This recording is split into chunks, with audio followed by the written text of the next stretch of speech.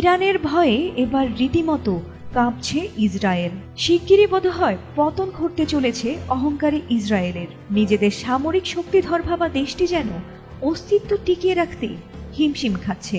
তাই নিজেদের রক্ষায় উদ্বিগ্ন হয়ে এবার ভারতকে কাছে টেনে নিল ইসরায়েল। ইরানের পাল্টা হামলায় বিপর্যস্ত ইসরায়েলকে রক্ষা করতে এবার মোদিকে ফোন করে বসলেন বেনিয়ামিন নেতানিয়াহু।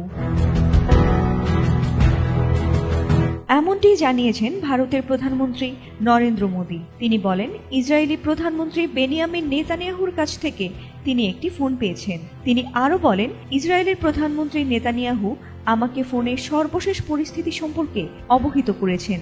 আমি এই ইস্যুতে ভারতের উদ্বেগের কথা জানিয়েছি এবং জোর দিয়েছি যে এই অঞ্চলে দ্রুত শান্তি ও স্থিতিশীলতা পুনরুদ্ধার করা জরুরি। ইসরায়েলের প্রধানমন্ত্রীর কার্যালয় এক পোস্টে জানায়, প্রধানমন্ত্রী নেতানিয়াহু গত রাত থেকে বেশ কয়েকজন বিশিষ্ট বিশ্বনেতার সঙ্গে কথা বলেছেন এবং মধ্যপ্রাচ্যের পরিস্থিতি সম্পর্কে তাদেরকে অবহিত করেছেন। এর মধ্যে রয়েছেন জার্মান চ্যান্সেলর, ভারতের প্রধানমন্ত্রী এবং ফ্রান্সের প্রেসিডেন্ট। শিগগিরই তিনি মার্কিন প্রেসিডেন্ট ট্রাম্প, রাশিয়ার প্রেসিডেন্ট পুতিন ও ব্রিটিশ প্রধানমন্ত্রীর সঙ্গে কথা বলবেন। এর আগে ইসরায়েল জানায়, ইরানের পরমাণু কর্মসূচির কেন্দ্র তাদের লক্ষ্যবস্তুতে রয়েছে।